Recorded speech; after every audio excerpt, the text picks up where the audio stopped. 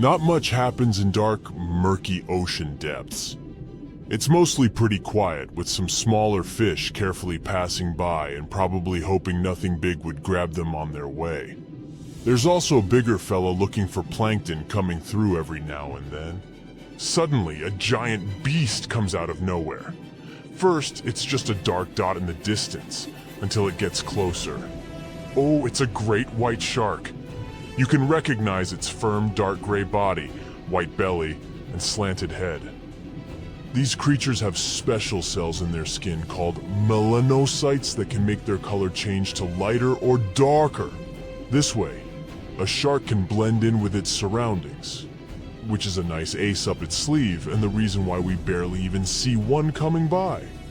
These predators can grow up to be more than 20 feet and weigh up to 5,000 pounds.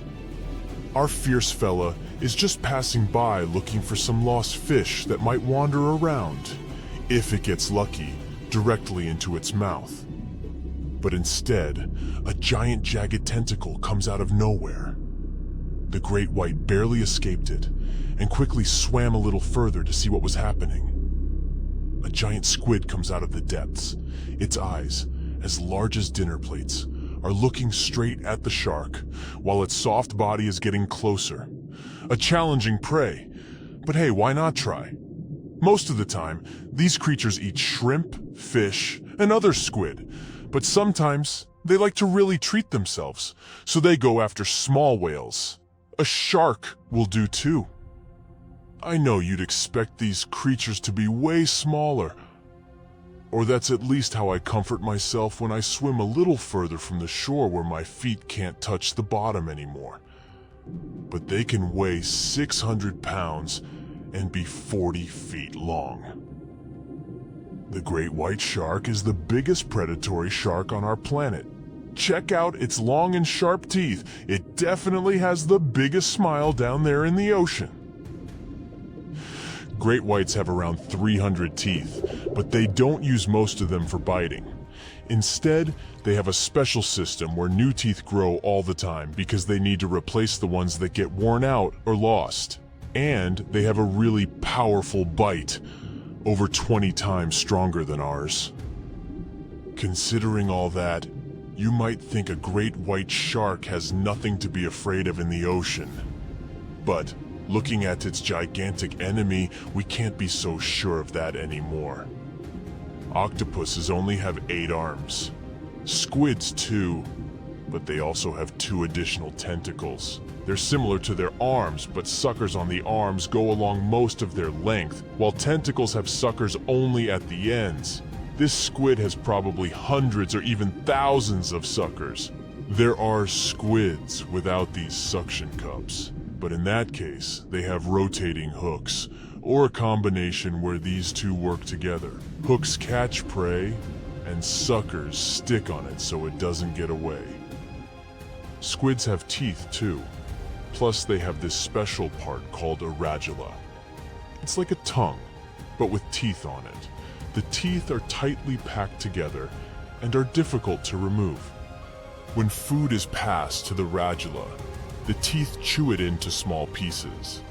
This is important because squids have sensitive body parts near their throat, so they need pieces of their food to be very small.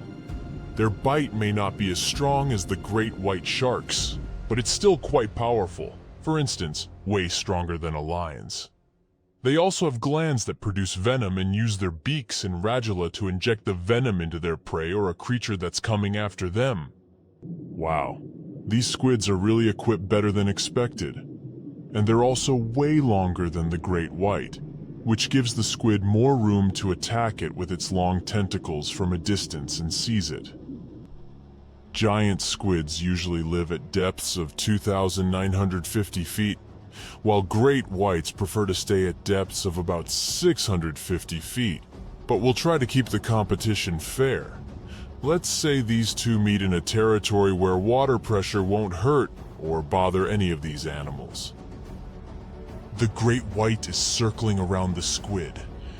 It moves a bit faster than the squid, Its swimming speed can reach 25 miles per hour when the animal is submerged, and it also has short bursts of speed when it can move at 35 miles per hour.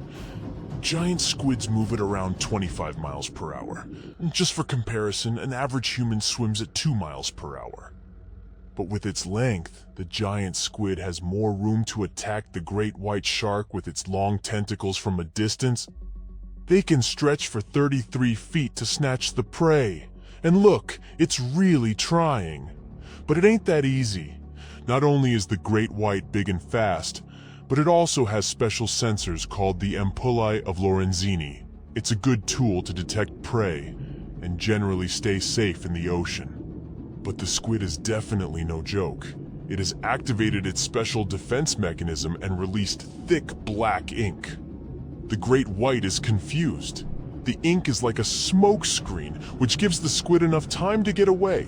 The shark can't see its opponent anymore. The squid is getting closer, and the poor great white has no idea from which direction. It's time for the final move. Even if the great white manages to catch the squid can detach parts of its body as a last resort to protect itself.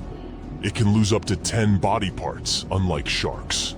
These predators can't lose any essential body parts because they won't survive. And look, the squid finally latches onto the shark. Its suction cups and the sharp beak that can pierce its prey make it nearly impossible for the shark to escape. They both disappear into a cloud of ink, the great white shark in one of the rare fights it can lose, and the giant squid ready for new conquests across the ocean. Aren't giant squids perfect for scary stories? In legends, there are often battles between humans and sea monsters. In the past, Norwegian sailors shared stories about sea creatures they encountered during their ocean travels. Over time, these stories grew to include creatures that were like giant islands with arms. And let's not forget about the Kraken. It's a legendary sea monster from Scandinavian stories that looked like an island, which was how it would trick sailors. The spooky stories say the beast was using its long tentacles to grab ships and drag them to their doom. And do you remember Jules Verne's novel 20,000 Leagues Under the Sea, which describes an encounter between a ship and a giant squid? In real life, giant squids don't eat humans, and they're not particularly interested in going after ships. However, not all the stories about these creatures attacking ships are made up. There are some reports. For example, in the 1930s, something attacked a Norwegian tanker, the Brunswick, 3 times. And yes, it was indeed the work of a giant squid. Fortunately, the squid couldn't grip onto the ship's steel hull, so it ended up getting caught in the propellers. But even though everything was okay in the end, just looking at this gigantic monster trying to take your ship down to the bottom must have been terrifying. We can laugh at stories about the Kraken until we're out there on our own. In 2003, a giant squid came closer to a French yacht that was participating in a sailing race. It couldn't cause any harm, so it eventually gave up. So, for now, the idea of a giant squid taking down a ship or boat remains a fictional story, although they're certainly capable of trying. Okay, giant squids are big, but there's another creature from their family of cephalopods that can be even larger. It's called the colossal squid, and one that was found weighed 992 pounds, hundreds of pounds more than the giant squid, 606 pounds. And they can stretch their tentacles for up to 45 feet. You know how they say it's better to just hand over your wallet if you run into a mugger? Instead of surrendering their wallets, sea cucumbers choose to spit out some of their insides to fend off predators like crabs and fish. It's a natural defense mechanism for them, and they quickly grow those organs back in just a few days, thanks to special cells inside their bodies. It's not the only weird thing sea cucumbers do. They can actually breathe through their rear end. They have this thing called a respiratory tree that connects to their backside and sits right next to their intestines. So when they suck in water from their behind, it goes into that respiratory tree, letting them absorb oxygen directly into their fluids. Plus, sea cucumbers are the janitors of the ocean. They munch on whatever gets stuck in the sand on the ocean floor. Once they've eaten, they manage to clean out the sand, leaving it nice and tidy after they do their business. As for the clean sand, the stunning white sand beaches in Hawaii are actually a product of parrotfish number 2. These fish munch on algae from rocks and dead corals, and while they're chomping away, they also grind up the leftover bits of coral in their bellies. When they're done, they move their bowels, and voila! It all comes out as beautiful sand. Not only do they play a vital role in keeping the coral reef ecosystem healthy, but they can churn out hundreds of pounds of this white sand every year. Marine animals are seriously impressive when it comes to holding their breath. Just look at sperm whales and elephant seals. They can stay underwater for a mind-blowing 2 hours. Then there's a Cuvier's beaked whale, which holds the crazy record at almost 4 hours underwater. When you compare that to the human record of 24 minutes and 37 seconds held by pro diver Budimir Shobut, it seems pretty insignificant. But what's the marine animal's secret that helps them excel humans this much? Unlike us, these sea creatures have a ton of hemoglobin and myoglobin in their blood and muscles, allowing them to store way more oxygen. When their oxygen runs low, myoglobin steps up and releases even more. Plus, they can tolerate higher levels of CO2, so they don't feel the need to breathe as quickly. There's even a study that found their myoglobin molecules have a unique charge that keeps them from sticking together, which boosts oxygen storage. And on top of all that, they can slow down their heart rate and restrict blood flow to hang out underwater even longer. Rumor has it that about 540 million years ago, a meteor loaded with frozen octopus eggs smashed into Earth. Sounds like a delirium, but some scientists are entertaining a very questionable idea that octopuses and their cephalopod buddies, like squids and cuttlefish, might actually have some extraterrestrial origins. The thing is, cephalopods have extraordinary DNA that doesn't look like any other DNA on our planet. They've got around 33,000 protein-coding genes in their genome, which is way more than what we humans have. A recent study suggests that their evolutionary story shows some odd traits that might hint at a connection to space, like they could be from some super far-off past, or even the future. The researchers went as far as to claim that modern octopuses could be the descendants of these frozen creatures that hitched a ride on comets and splashed down in our oceans. And why octopuses? Well, they really stand out in the animal kingdom. They can use different tools to build their own houses, and they can even solve everyday problems independently of their brain, as 2/3 of an octopus's neurons are in its arms. These traits seem to have just appeared out of nowhere during evolution. They even tossed around another quirky theory.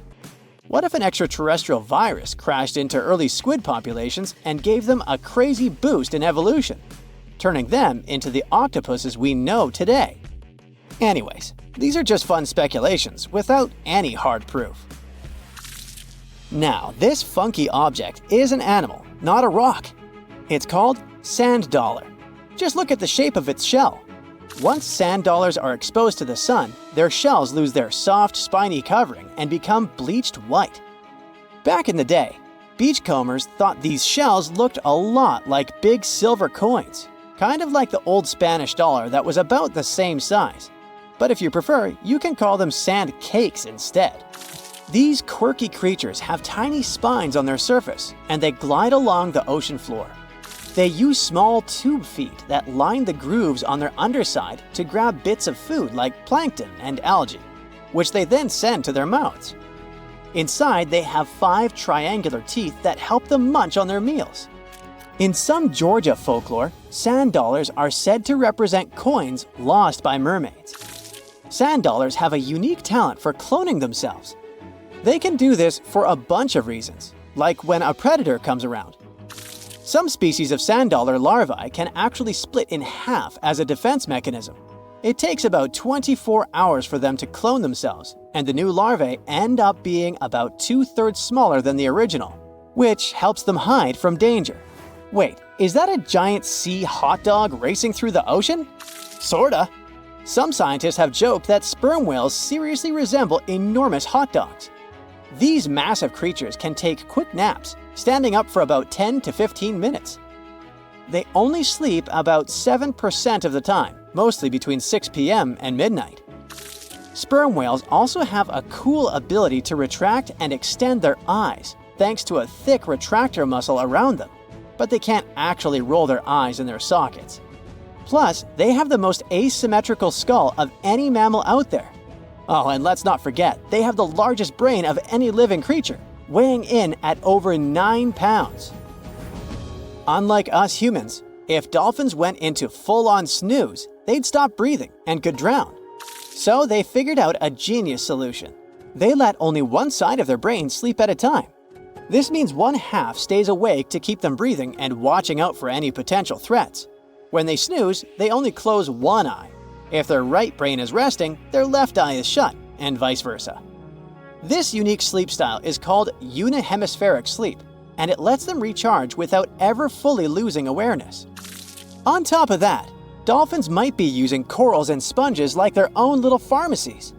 Scientists have seen them rubbing their bodies against specific types of coral and sponges, suggesting they might be treating skin issues. They've even spotted dolphins lining up to take turns at these spots, using corals like Gorgonian coral Rumpella aggregata, leather coral, and some sponges. What's really fascinating is that researchers have analyzed these corals and found they contain compounds that could help with dolphin skin conditions, which can sometimes lead to infections and lesions. Now, the big question is figuring out exactly how each type of coral helps dolphins, and if it really boosts their health overall. Sea urchins aren't exactly the Usain Bolts of the ocean. They move slowly by crawling with their tube feet and occasionally give themselves a little push with their spines. These little guys have just 5 teeth, which they use like a beak to scrape algae off rocks, which I'm pretty sure is the ocean's version of an all-you-can-eat buffet. But since all that scraping wears their teeth down, they're in a never-ending dental replacement program. Scallops are the underwater equivalent of the world's most confused security cameras, sporting up to 200 tiny eyes on their shells. These eyes are high-tech. They can even adjust their pupils to light. Instead of working like ours, scallop eyes have a unique setup. Light goes through a pupil, lens, 2 retinas, and then hits a mirror made of guanine crystals that reflects it back. Scientists were puzzled about how they see since their main retina often gets blurry light. But it turns out, scallops can change their pupil size by about 50%. Just don't expect them to do it in a hurry, as it takes a few minutes. Now here's something really neat about orcas. They're expert hunters, and they do it in groups called pods. A pod can consist of up to 40 orcas, forming a very effective hunting team. Interestingly, there are distinct types of pods: resident and transient. Resident pods are more into fish, while transient pods have a taste for marine mammals. But no matter what type of pod they belong to, all orcas have one thing in common: they are master collaborators. They work together using smart hunting techniques that are often compared to the teamwork of wolf packs. Almost 95% of jellyfish's body is made of water. For comparison, the human body is 60% water. It's probably not a surprise since jellyfish don't have a heart, blood, eyes, or brain. The other 5% of their body weight is proteins, muscles, and nerve cells. Jellyfish have been around for more than 500 million years. This makes them older than dinosaurs. These creatures haven't changed much, and today's jellyfish are pretty much like their ancestors. Electric eels have small eyes that are not so effective in environments with no light, so they mostly rely on their electric organs. Those consist of 6,000 cells. Eels use them to stow power, similar to batteries. These creatures use electricity like bats use their radars or dolphins their sonar. An eel can also produce enough electricity to power a panel of light bulbs. There's a small tropical archer fish that can learn to recognize human faces. This fish has an interesting ability to spit small jets of water from its mouth. Researchers showed the fish the image of 2 different faces placed side by side. One was unknown and the other was familiar. The fish was supposed to spit water at the familiar one. The creature took the right guess more than 80% of the time. There's such a thing as a sea unicorn. That's an animal called the narwhal. Its horn is actually a tooth that can grow up to 10 feet long. Manatees, also known as sea cows, are distant relatives of elephants. Their weight can go up to 1,000 pounds. These creatures are vegetarian and need to eat around 10% of their total weight on a daily basis. That's lots of sea salad. In some cases, manatees share space with alligators, but they get along pretty well. You can even find a photo from Florida where an alligator rides a manatee's back. Frogfish have special fins that help these creatures walk along the sand. They're very useful in shallow waters. A ghost pipefish is hard to see, but once you spot it, you're bound to get really surprised. Its head makes up over 40% of its body. Crabs don't feel like wasting time on such formalities as putting foods in their mouth. That's why they taste it with their feet, which is where their taste buds are. Marine iguanas are the only lizards on our planet that like spending time in the ocean, even though they mainly live on land. They're herbivores that feed in shallow waters and swim like snakes. Iguanas use their long claws to hold onto the bottom when they need to graze. Green turtles can cross over 1,400 miles when migrating. They try to find the perfect spot to lay their eggs. Penguins sort of fly when they're underwater, reaching a speed of 25 miles per hour. More than 5 million years ago, I've heard, I wasn't around then, deep sea worms and humans had a common ancestor. So we still share 70% of our genes with these creatures, and with sea stars, squid, and octopuses. Now, octopuses are in fact incredibly old. The oldest known fossil belongs to an animal that lived almost 300 million years ago. FYI, this is before our dinosaur buddies roamed the Earth. Wait, there's more! Octopus arms have a mind of their own. That's because 2/3 of their neurons lie in their arms, not in their heads. This means that their arms can problem solve how to open a shellfish, while their owner is worried about other stuff entirely. Talk about ninja-level multitasking. Oh, and like other animals, such as chimpanzees and dolphins, octopuses have proven to be good at maneuvering tools, like picking up old shells and using them as a temporary home. Now, of course, the most intelligent animals on our planet are humans, according to humans. But we don't seem to give pigs enough credit. Pigs are so smart they can play video games. No, not Minecraft. But in a recent academic study, scientists had 4 pigs play a joystick game. They had to manipulate the stick so that the moving ball would hit the wall and then they would get a treat. All 4 pigs did great in the test, which was surprising even to the scientists. Now, pigeons also aced an impressive test. They were trained to differentiate a Picasso painting from a Monet one, which they had no trouble learning. Then they were able to apply this knowledge, identifying works of art they had not previously seen, meaning they really understood the difference between each painter. Poor things are always seen as a nuisance. Now, if we placed kangaroos in an Animal's Most Amazing Ability contest, they'd win. It's mainly because they break the 4-legged rule. A special species of kangaroo, the red kangaroo, uses its tail to help propel it forward. Now, visually, it has 4 limbs, but in practice, it uses 5. They're biologically built to use their tail as a 5th limb, since it's packed with articulated vertebrae and thick muscles. Of course, it had to be an Australian animal. Deep within the Sahara Desert, you'll find a little creature known as the fennec fox. This huge-eared animal adapted perfectly to survive in its hostile environment.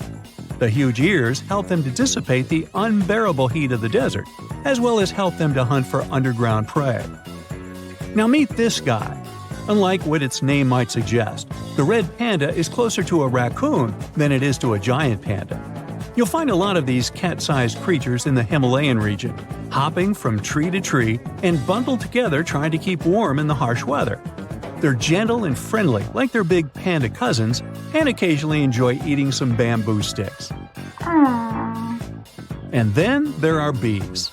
Compared to humans, bees' brains are the size of pinheads, yet they are capable of astounding things. Let's say a bee is running low on energy after a long search flight. This bee desperately needs a drop of honey in order to continue flying, but smartly enough, she doesn't need to go back to the hive to recharge. She can ask a fellow beehive mate for a drop of honey directly from this other bee's stomach and continue flying. This type of decentralized system allows them to build highly effective societies, one that bees don't need to push the queues in front of the honey cells, for example. Every year in the winter, great white sharks that live along the California coastline disappear. It feels as if they take a vacation for 30 to 40 days. The animals go to a point halfway between Hawaii and Mexico. They might do it to get some food, relax, or hang out with their buddies from other areas. The spot is now called the Whale Shark Cafe. Some types of sharks, like makos, whale sharks, or white sharks, breathe in a very specific way. It requires them to swim all the time. They also need to move quickly and with their mouth open. This way, the oxygen can enter and reach their gills. Sea sponges are some of the most primitive animals. They're immobile, don't have a mouth, eyes, bones, brain, heart, lungs, or any other organ whatsoever. And still, they're alive. There's such a thing as a sea unicorn. That's an animal called the narwhal. Its horn is actually a tooth that can grow up to 10 feet long. Manatees, also known as sea cows, are distant relatives of elephants. Their weight can go up to 1,000 pounds. These creatures are vegetarian and need to eat around 10% of their total weight on a daily basis. That's lots of sea salad. In some cases, manatees share space with alligators, but they get along pretty well. You can even find a photo from Florida where an alligator rides a manatee's back. Frogfish have special fins that help these creatures walk along the sand. They're very useful in shallow waters. A ghost pipefish is hard to see, but once you spot it, you're bound to get really surprised. Its head makes up over 40% of its body. Crabs don't feel like wasting time on such formalities as putting foods in their mouth. That's why they taste it with their feet, which is where their taste buds are.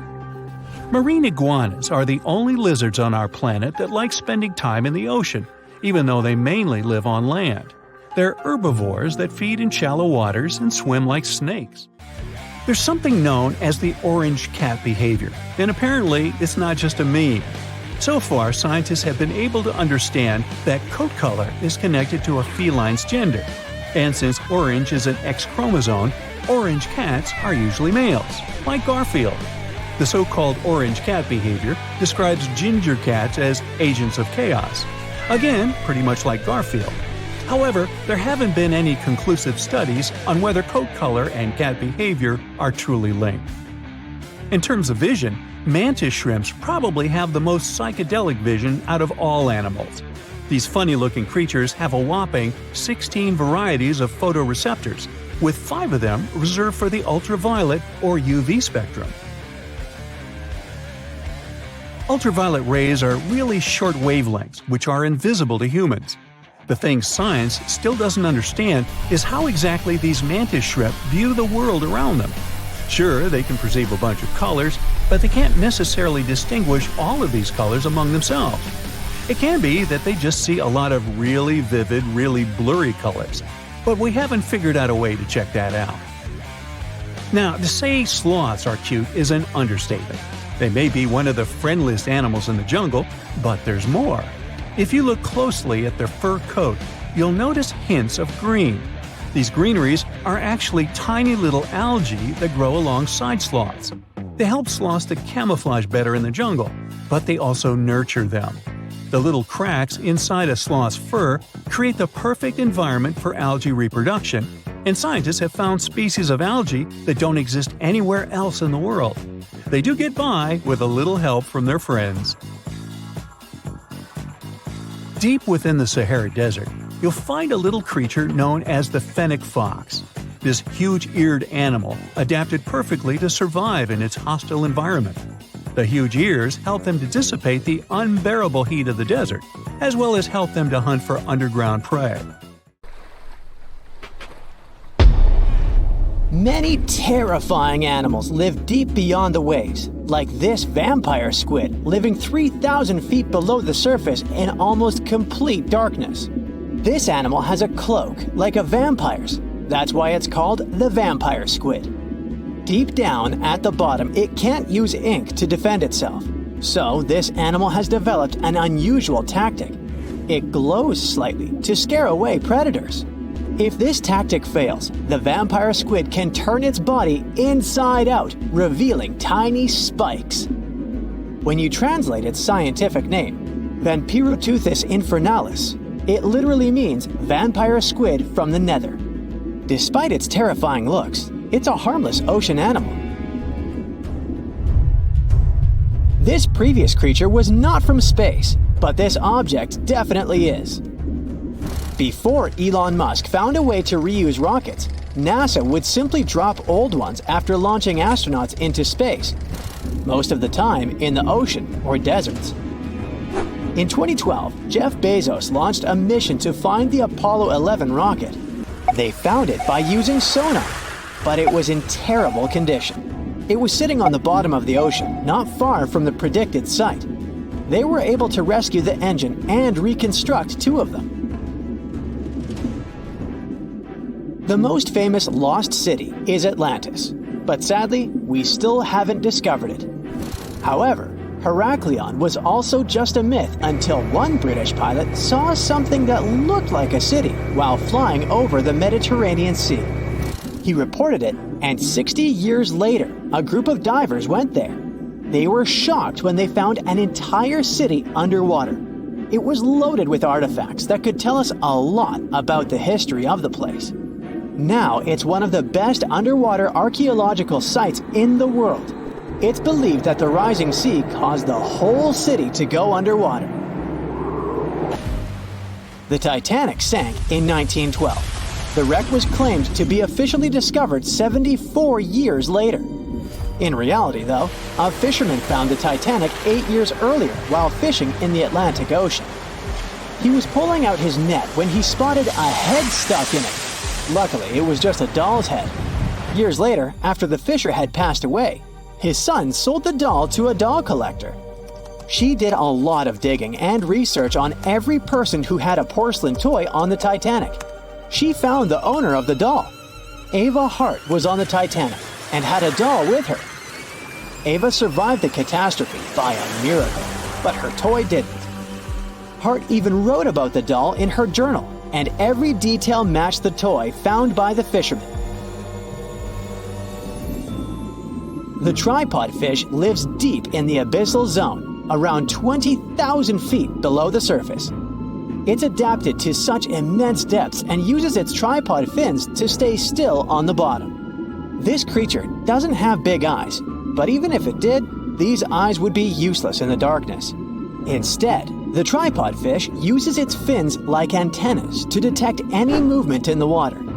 This creature doesn't have much luck when it comes to its love life, so it had to develop unique tactics to reproduce. One fish can be both male and female. The next bizarre creature is the lizardfish. It has tons of razor-sharp teeth, a huge mouth, and really big eyes, which it uses for hunting. All this makes the animal look freaky. The lizardfish lives at depths of around 11,000 feet in the midnight zone, where there is zero light. This freak of nature basically eats everything it can fit inside its mouth, from small fish to other lizardfish. On the other hand, when they see other reptile fish, they probably fall in love instead, because finding mates at those depths is not an easy task. Like the tripod fish, the lizardfish can be both male and female at the same time.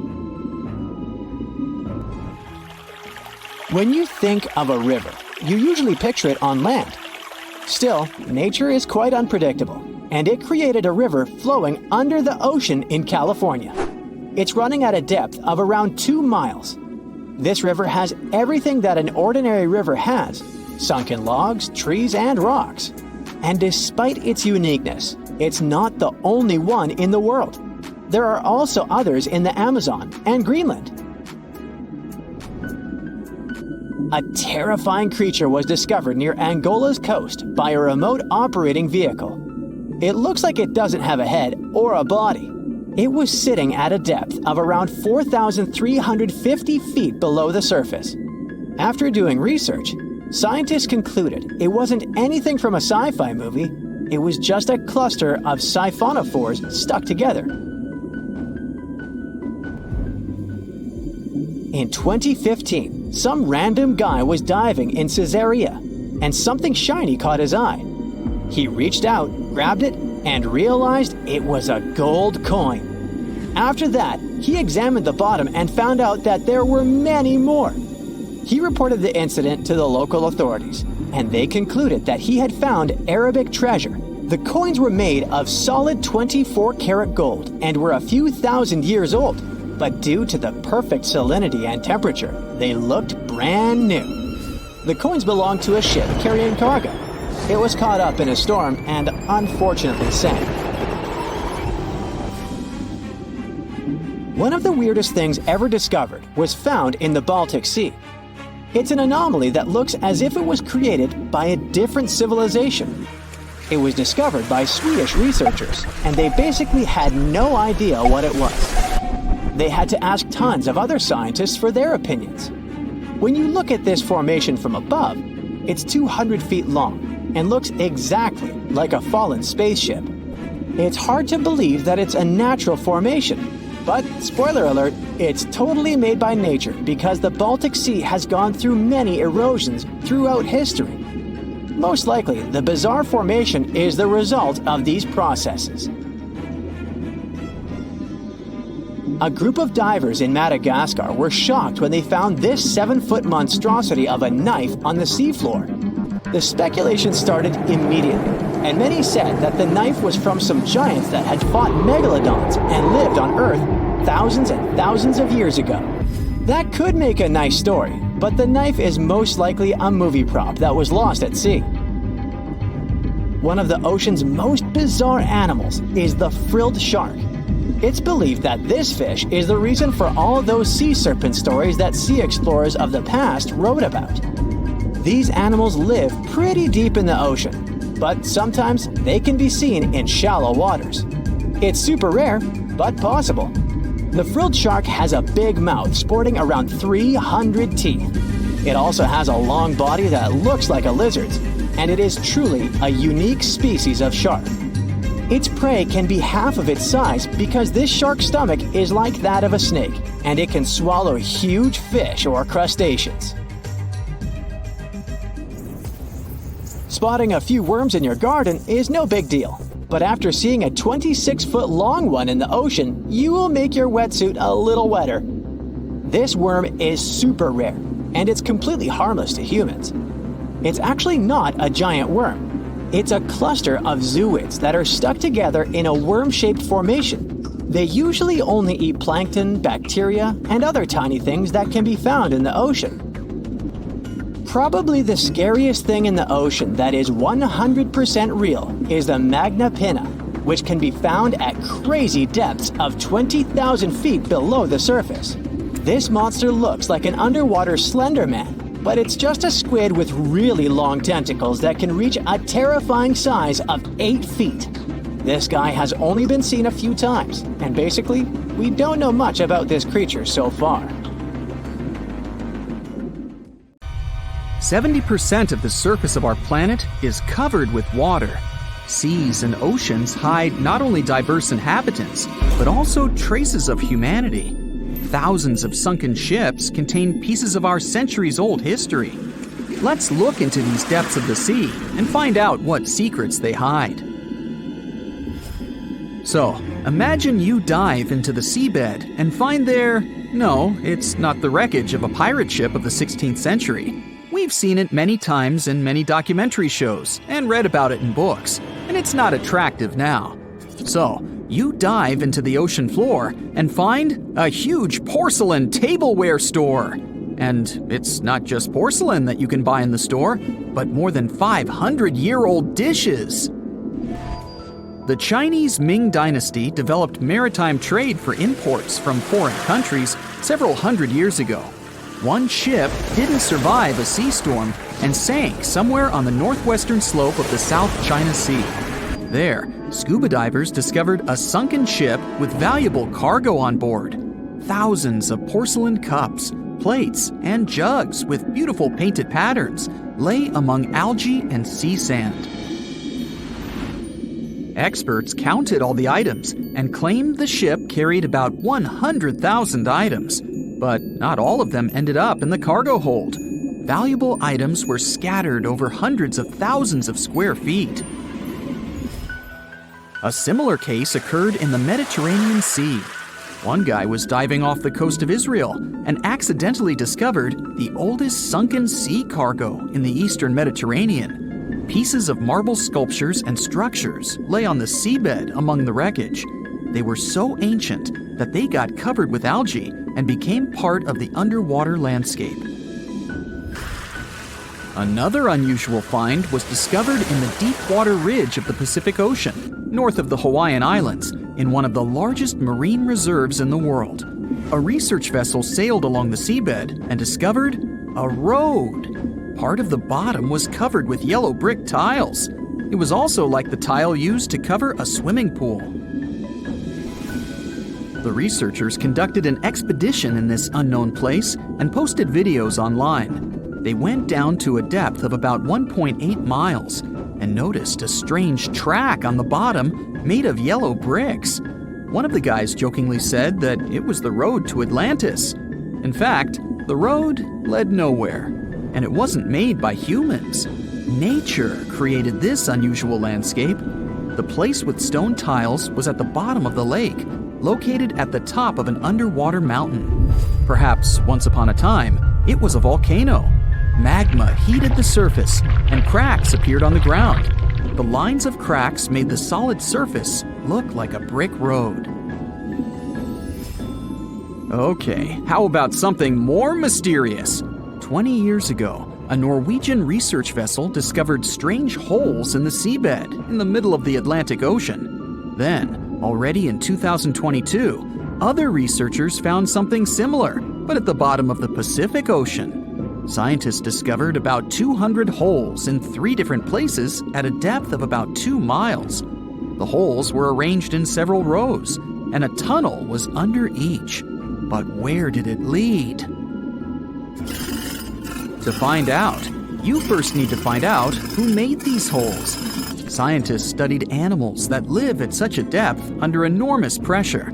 Imagine the weight of several dozen elephants pressed on a small area the size of a palm. That's about the pressure exerted by water in these depths. But still, some marine life has been able to adapt to such conditions. Scientists have seen sea urchins and worms, and even some big fish, but none of them made these mysterious holes. They saw a strange creature with a white and pink-hued body inside one of the holes. It was an amphipod, one of the crustacean family's representatives. Scientists caught it and did a little research. This little crayfish was digging a tunnel with its long claws.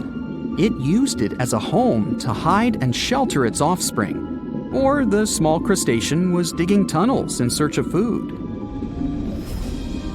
There's a place in the ocean where many remnants of ships lie on the seabed. And not sailing ships, but the space ones. This place is located in the South Pacific Ocean and is called Point Nemo. This is the most remote place from land on our planet. The nearest island is over 1,000 miles away from here. There's only a boundless ocean and complete loneliness. You won't even meet fish and other marine life here. The place receives little nutrients from the world's oceans because undercurrent and wind almost don't reach this area. There are different microorganisms in Point Nemo, but it's not why we're here. The reason is fireballs that fall from the sky into the water sometimes. And they're not meteorites, but some pieces of space rockets, ships, or satellites that failed. Point Nemo is an ocean desert, so space debris can't harm anyone here. Even if some heavy object provokes a giant wave, it won't reach the nearest land as it will lose all power in the water. Some archaeologists believe the oldest city in the world is about 9,500 years old. But you won't find it on land because it lies on the seabed in the Gulf of Cambay off the coast of India. Scientists have found many ancient artifacts, such as sculptures, furniture, and other interior items. They analyzed a piece of wood found there and determined it was over 9,000 years old. Scientists are still trying to determine what kind of city it was and when it existed. Tutankhamun's tomb is a well-known archaeological find. But what do we know about the burial place of the most recent pharaoh of Egypt? Cleopatra's tomb may lie somewhere in the ancient city of Alexandria. But the problem is that this beautiful city is underwater. After about 1,600 years, it sank to the seabed because of floods and earthquakes, and its ruins were discovered in 1998. Scientists and builders plan to create underwater tunnels on its territory to turn the city into an underwater museum. You can meet an unusual natural phenomenon, brinicles, in the depths of the Arctic and the southern ocean of Antarctica. It looks like an icicle frozen in water, which attracts marine organisms to itself and freezes them. When salt flows out of cracks on the ocean floor, it freezes since its density is greater than the density of the surrounding water. Upon contact with fresh water, it turns into liquid ice and freezes. Starfish, hedgehogs, and crustaceans were stuck there as this salt froze them. Famous Stonehenge has a double underwater. At the bottom of Lake Michigan, at a depth of about 40 feet, scientists found several rectangular stones arranged in a circle, just like the famous ancient monument of England. On one of the stones, scientists noticed something similar to the image of a mastodon, an elephant-like animal that became extinct more than 10,000 years ago. Despite the apparent similarities with Stonehenge, some scientists believe that nature could make this monument. In 2012, scientists found a strange object similar to an extraterrestrial spacecraft on the Baltic Lake floor. This stone object had tunnels and staircases around it. When the photo of the find hit the internet, many newspapers began to write that it was something from another planet. But scientists analyzed the artifact and said there was nothing extraterrestrial in it. It was a natural rock formation. But no one knows how nature could do such a thing.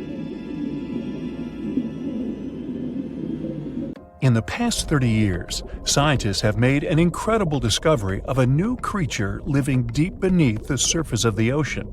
And the name of the creature is the harp sponge. Now, if you're wondering why it took so long to come across this animal, then I might have the answer. These creatures typically hang out at a depth of roughly 11,100 feet beneath the ocean's waves. This sponge species was first discovered off the coast of California thanks to a robot that was sturdy enough to explore those crazy depths the ocean has to offer. This is no doubt an area of the planet where even the most benign-looking creatures can be potentially dangerous. But even scientists were surprised to find that this creature was more than just a sponge. Now, this might seem obvious, but the harp sponge got its name because its basic structure, referred to as a vein, is the same shape as a harp. Each vein is made up of a horizontal branch supporting several parallel vertical branches. But don't let the harp sponge's fanciful and amusing appearance or its non-intimidating name fool you. Yeah, the harp sponge is very much a deep-sea hunter. It has a unique ability to capture and envelop small animals using its rhizoids, short, thin fibers. With their help, the harp sponge clings on to the soft, muddy bottom and catches tiny creatures that get swept into its branches by deep-sea currents. Uh-oh. Other sponge creatures often feed by pulling bacteria and bits of organic matter from the seawater and filtering them through their bodies. But not our harp sponge. Instead, it snatches its future meal with minuscule barbed hooks that cover each of the harp sponge's branches. Now, harp sponges prefer tiny crustaceans like crabs, crayfish, shrimps, and prawns. Once the harp sponge has one of them in its clutches, it envelops the animal in a thin membrane before slowly beginning to digest it. So, pal, what's eating you? Oh, Harpo? Too bad. Researchers believe that harp sponges use this method of feeding because there aren't enough nutrients that deep down. This makes traditional filter feeding less effective. Research has shown that the creature is still in the process of evolving.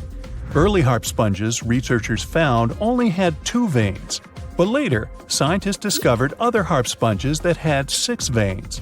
The harp sponge might have evolved this elaborate candle holder-like structure to increase its surface area. In general, harp sponges typically grow up to a length of 1 foot, but researchers have seen a creature that was 2 feet in length. The harp sponge is not only very unusual, but also beautiful to look at. See those tiny white balls on top of the branches?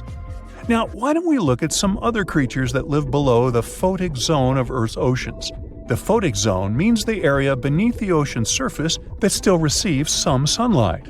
Thanks to this, there are loads of different creatures and organisms living there. Any animal living beyond this layer qualifies as a deep-sea creature. The Tomopterus worm is a segmented worm you can find in the twilight zone of the ocean. This is the area that lies between 650 and 3,300 feet beneath the surface. These creatures are often no more than 1 inch long, but the largest of them can grow up to 1 foot. While swimming around and feeding, these worms do what researchers describe as an amazing smooth dance. That's because the creatures can swim extremely quickly and maneuver at tight angles with ease. Now, I know most people hear the word worm and think of the common earthworm, so it's quite interesting to know there's a deep-sea worm out there that never leaves the water during its entire life. Similarly, most of us try to avoid jellyfish that either rest on the sand or sit on top of the ocean waves. This isn't the case with a chrysota jelly. That's a deep-sea creature too.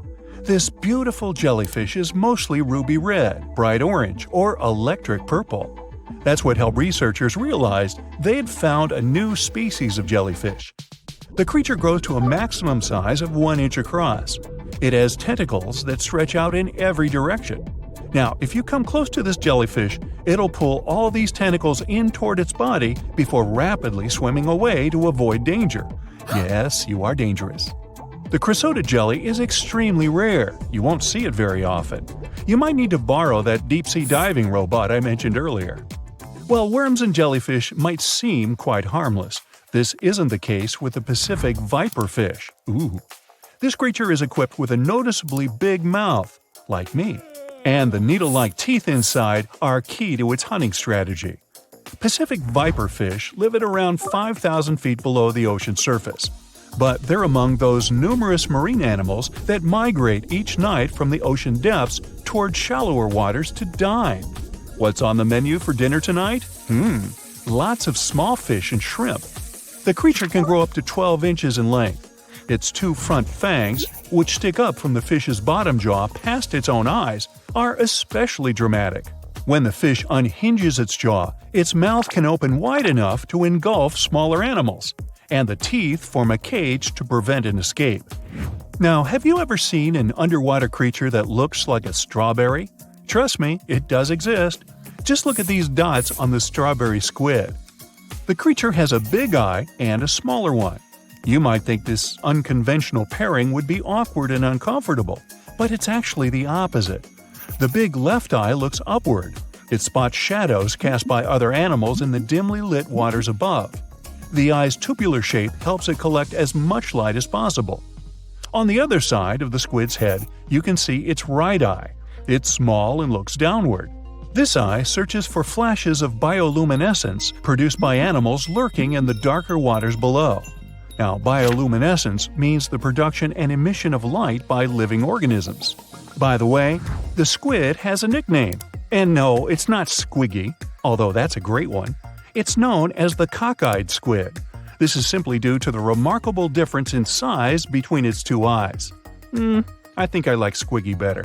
And so it goes. Since light doesn't reach the deep sea, the strawberry squid's body actually looks black. This helps the creature hide from enemies, such as sharks and dolphins.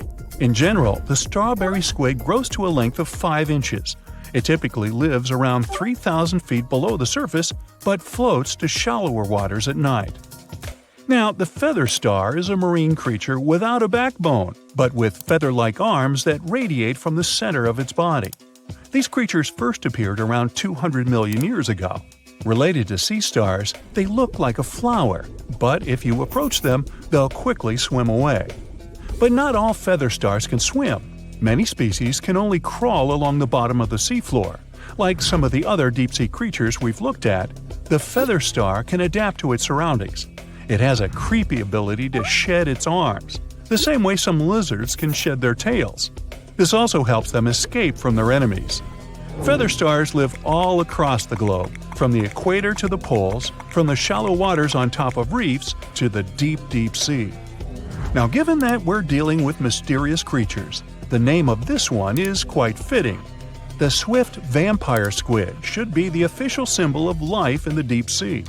The animal has a dark red body, huge blue eyes, and a cloak-like web that stretches between its 8 arms. This, along with its name, may suggest that the creature is some form of a terrifying hunter. In reality, though, the vampire squid is a soft-bodied, timid creature, about the size, shape, and color of a football. It grows to roughly 12 inches in length and lives 3,000 feet below the waves. There's almost no oxygen there, but also relatively few predators. Whew, I think I'll need to decompress from this one. A wanderer, walking through a desert, feels the scorching sun like never before. You can see him from afar thanks to his shining clothes. His long hoodie is covered with foil. It reflects sunlight and protects him from heat. The ground is so hot that shoe soles can melt on it. That's why the wanderer's boots are covered with heat-resistant material. A cloudless sky, barren land, and heat. But the wanderer is not in the desert. He's walking on the ocean's bottom. He doesn't know why this happened, but all the oceans on Earth dried up. It happened almost instantly, and even the greatest minds in the world don't know why. The wanderer knows only one thing. When it happened, his family was on the other side of the ocean. For several months, he's been traveling across this lifeless land, and he won't stop until he finds his family. The landscape around is spectacular. People have finally found out the secrets of the ocean depths. The seabed consists of huge mountain ranges and volcanoes. They fell asleep forever after the water had disappeared. Also, there are huge trenches leading to the unexplored depths of the planet. People had to build bridges to get over these enormous cracks in the ground. But most of the ocean floor is flat plains, boundless, lifeless, merciless. The wanderer's walking across a huge canyon. Once, it was swarming with sea life. The man puts on a gas mask, but not because of a sandstorm. Many fish and other marine inhabitants used to live in such canyons. Now, all that's left is a terrible smell. The wanderer passes by huge skeletons of whales. Among them, he notices dirty tents. People are hiding there from heat. The temperature in the area is much higher than in the Sahara Desert. One of the main functions of the ocean was to distribute heat all over the planet. The sun emits heat and radiation. The ocean absorbed this energy. Lots of currents were warm, and they carried this warmth around the world. The water got heated at the equator, then it evaporated and turned into clouds. When warm air rose, it pulled along colder air from below. This allowed the energy to be evenly distributed. In simple words, the ocean cooled hot places and brought warmth to cold ones. Now there's none of this. Every day the sun burns the equator and dries up the rest of the planet. The wanderer doesn't come close to the tents. He is carrying the most valuable treasure in the world and doesn't want people to notice him. The inhabitants of Earth are just trying to survive, and many have forgotten about such a thing as morality. Fortunately, the wanderer still remembers. The thoughts of the family help him remain a good person. Sometimes it complicates his life. Like now, for example. In the distance, he sees a young girl. She doesn't look well. There's no one around, and the wanderer decides to help her. Out of his backpack, he pulls a thing worth more than all the gold on the planet, a bottle of water. The girl takes a few sips, but instead of thanking the wanderer, she starts screaming. It's a trap. Her accomplices appear from different sides. Looters. They're gonna take everything. The wanderer runs away. He hasn't eaten for several days, and his strength is leaving him. He won't be able to keep going much longer. The marauders are closing in on him. The Wanderer throws the bottle aside. His pursuers rush to the water like crazy. They forget about the man and fight one another for the bottle. The chances of the Wanderer's survival have greatly decreased. He could make this bottle last at least several days. Plus, he's also lost a lot of fluid because of running. In the beginning, there was no panic because of a lack of water. The ocean dried up, but its waters were salty anyway. People still had seas, lakes, and rivers. But the problem was that the ocean was feeding them. When the ocean water evaporated, it formed clouds. These clouds moved all over the world and enriched lakes and rivers with rain. Now, there are almost no clouds. The sun started heating Earth much more. Lakes and seas dried up alarmingly quickly. At that moment, real chaos began. The sun is going down on the horizon. Sunset is near. It's not so hot anymore. The exhausted Wanderer continues walking. In the distance, he notices something that makes him stop, take out a small shovel, and start digging quickly. There's no shelter around, just a flat plain. The Wanderer speeds up, otherwise it might be too late. The pit is finally ready. The man jumps down and covers his head with a cloak. A few seconds later, a strong ash storm passes through the entire plain. The smallest particles of ash can penetrate through clothes and get into the lungs. The wind is so strong that it can knock anyone down. When the oceans dried up, the sun began to burn the surface of the planet. This led to massive forest fires. The flames destroyed almost all the trees. Huge clouds of carbon dioxide and ash formed. Driven by the wind, they travel the world and poison everything around. The Wanderer is sitting in the pit while a terrible hurricane is sweeping over his head. He thinks of his family and slowly falls asleep. Cold wakes him up. Frosty air chills him to the bone. So it's night now. The Wanderer climbs out of the pit and finds himself under bright stars. As soon as the water dried up, almost all clouds disappeared. Factories stopped working. Cars no longer emitted carbon dioxide. Thanks to this, comets and the most distant stars can be seen in the sky. The Wanderer has seen them 1,000 times, but he's still not used to the breathtaking picture. It's like he's looking at the sky through a telescope. An icy gust of wind brings the Wanderer back to reality. He won't survive the night if he doesn't find a warmer place. Before, nights were warmer thanks to the energy of the ocean. Now, as soon as the sun goes down, temperatures drop dramatically. The Wanderer needs to move to stay warm. He starts walking faster. Soon, he notices some lights in the distance. It's probably other looters. The Wanderer goes deeper into the valley. Stars and the moon illuminate his way. Unfortunately, he is running out of energy. He pulls a protein bar out of his pocket, but he needs at least a bit of water to eat it. To digest food, your body needs liquid. If the Wanderer eats the bar, he'll only get thirstier. He can't walk and falls to the ground. He checks his pockets and finds a small kerosene tablet. He lights it using a matchstick. A tiny flame protects him from cold. To distract himself from thirst, the Wanderer takes out an old MP3 player. He charged it during the day using the solar panels on his backpack. The man puts on headphones. Classical music calms him down. He lies on the ground next to the burning tablet. He needs to gain strength to continue his journey tomorrow. It's morning. In an hour, the sun will start burning the ground again. It's crucial to find water while he still has some time left. The Wanderer inspects the territory and notices a spot where the ground is darker. In his previous life, the Wanderer worked as a surveyor. He takes a few steps and touches the ground. It feels cool. There's an underground spring here. He begins to dig. The ground is getting wet. Water starts seeping out of the soil. The Wanderer fills his empty bottles. Things don't look that bad anymore. It's getting a bit more difficult to breathe with each new day. In the past, phytoplankton and algae produced up to 70% of all the oxygen on the planet, but not anymore. Several days have passed. The Wanderer runs out of water and food again. Fortunately, not for long. He's now walking among huge sunken ships. He sees modern aircraft carriers, liners, and even ancient pirate boats. In the distance, he spots huge mountains. The tops of these rocks are what used to be called the shore. The ocean floor is ending. The thoughts about reuniting with his family give him more strength. The man reaches the top and finds himself in the middle of a ruined city.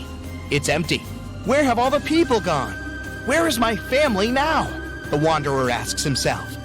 The man walks through the abandoned streets and meets an old man. He says that almost all the people who used to live here left the city and went to Antarctica. The wanderer has a new goal.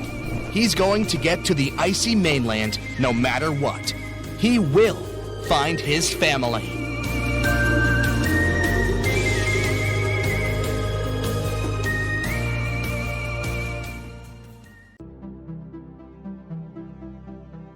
Back in 2018, the biggest active underwater eruption ever happened, at least the one that we could officially record. Scientists followed earthquakes that struck the area in the western Indian Ocean off Madagascar. Between 2018 and 2021, over 11,000 earthquakes struck a small island called Mayan between Madagascar and Mozambique. The strongest one had a magnitude of 5.9. Until then, this area had been pretty peaceful. There had only been 2 earthquakes recorded over 50 years. Along with regular earthquakes, there were also some unusual seismic hums, like earthquakes at pretty low frequencies, forming deep underground.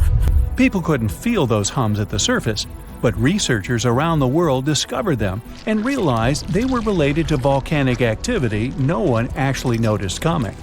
Something strange happened. That underwater eruption created a giant skyscraper-sized volcano.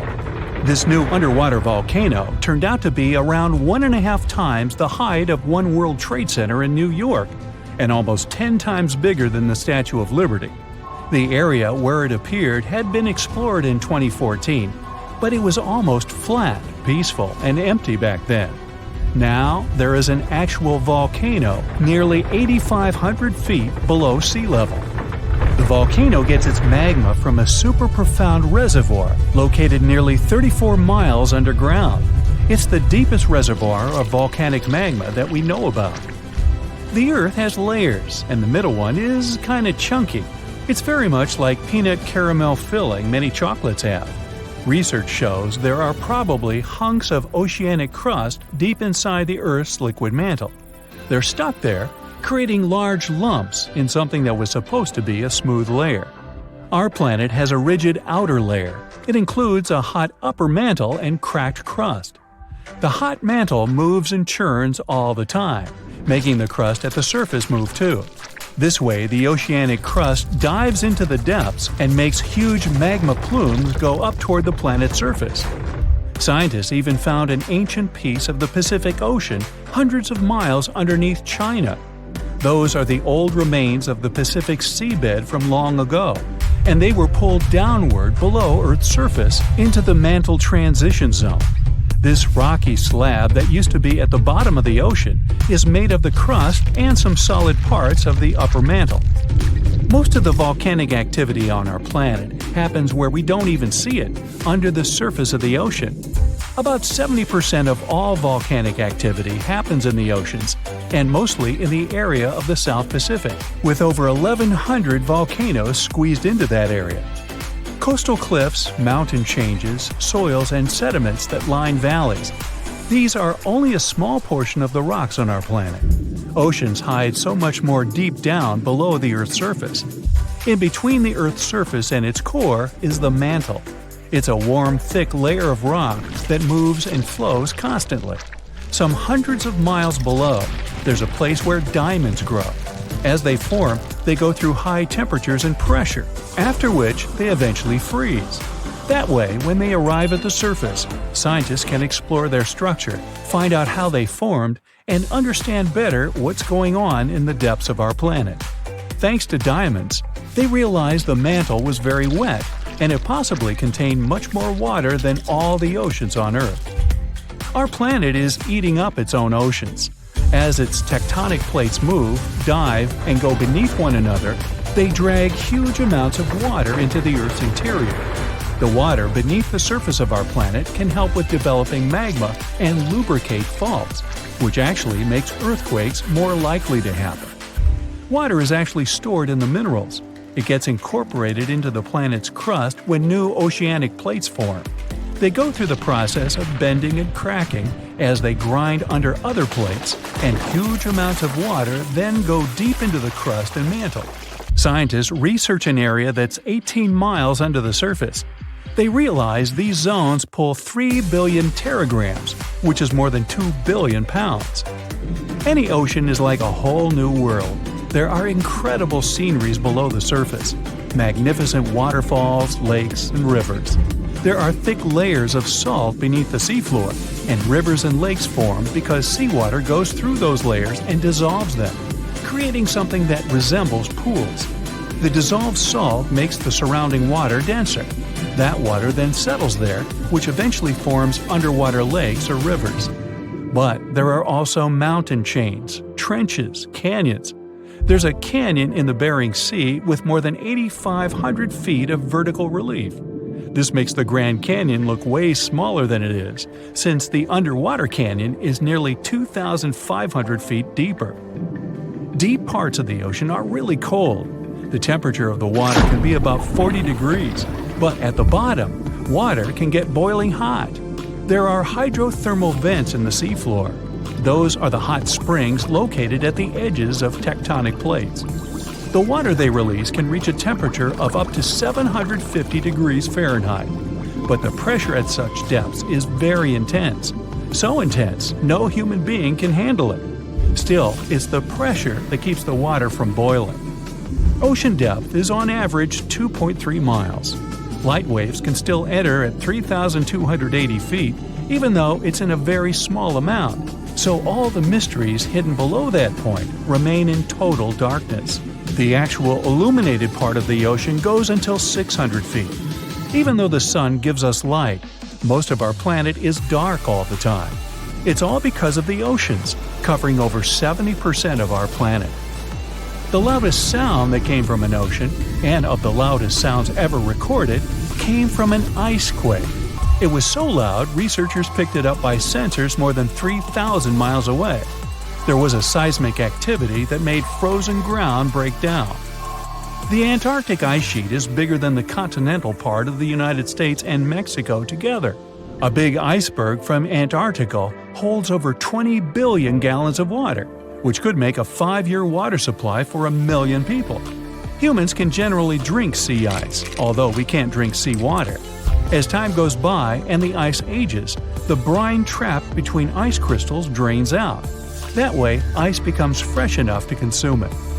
If all the ice sheets and glaciers we have on the Earth melted at the same time, the sea level would rise another 260 feet, which is just a little shorter than the Statue of Liberty, the height of a 26-story building. Clams live long enough to tell us more about oceans past. Ancient mollusks can live for more than 500 years. To learn more about a tree, you can use its rings to see how old it is. To learn how old a mollusk is, you can examine its rings within the shell and tell. This is also how scientists get information about the ocean, climate, and whatsoever.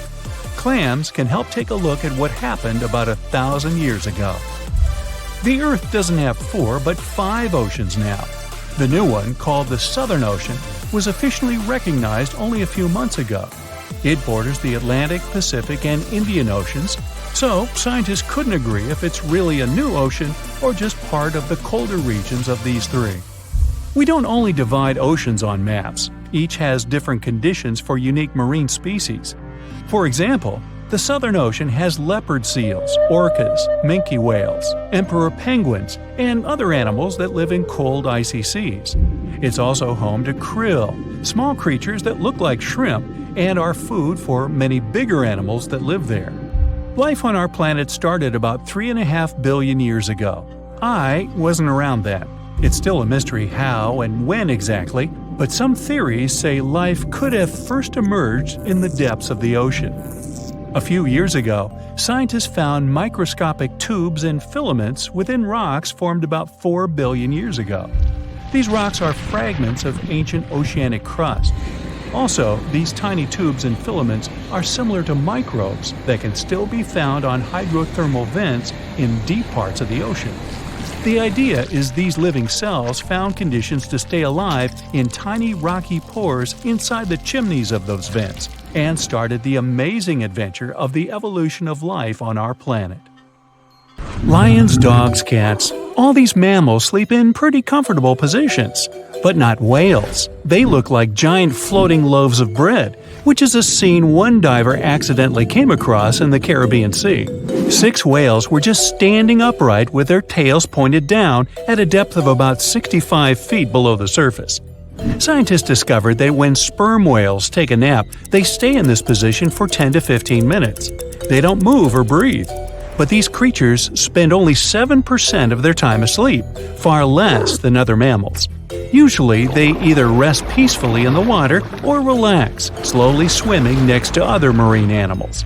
When they're moving and sleeping at the same time, they're actually taking a nap. These animals can't go too deep and need to stay close to the surface. Great white sharks sleep and hunt at greater depths, which means one less thing to worry about when taking a quick nap. Plus, it gets pretty cold the deeper you go, and whales need warmer environments that can help them maintain the temperature of their large bodies. When alone, dolphins enter a stage of deep sleep. It usually happens at night and lasts for only a few hours at a time. While sleeping, the animal floats at the surface. It shuts down half of its brain, I can relate, together with the opposite eye. The other half is at a low alert level, awake and ready to react if some unwanted visitor comes closer. The part of the brain that is awake also sends signals when it's time to go up to the surface to take a breath of fresh air. Marine mammals have the blowhole. That's a flap of skin they can open and close whenever they want. People breathe automatically. Your body knows what it needs to do even when you're sleeping. But whales and dolphins have a voluntary breathing system. It means they need to consciously go to the surface to get some air. And one part of their brain needs to always be awake to inform the animal it's time to go up. Whales and dolphins can hold their breath way longer than other species. They also have a higher tolerance for carbon dioxide and can take in more air. Their red blood cells store more oxygen too. Whales and dolphins' blood goes only to those body parts that really need oxygen. If a whale only uses its brain, heart, fins, and some other muscles needed for swimming at the moment, those will also be the only body parts that will get the oxygen. Digestion or other functions can wait. The ocean is not a place where you can relax and peacefully fall asleep. While sleeping, fish reduce their activity. Their metabolism becomes slow. Some of them keep floating in the same spot. Others find a safer place among corals or in the mud.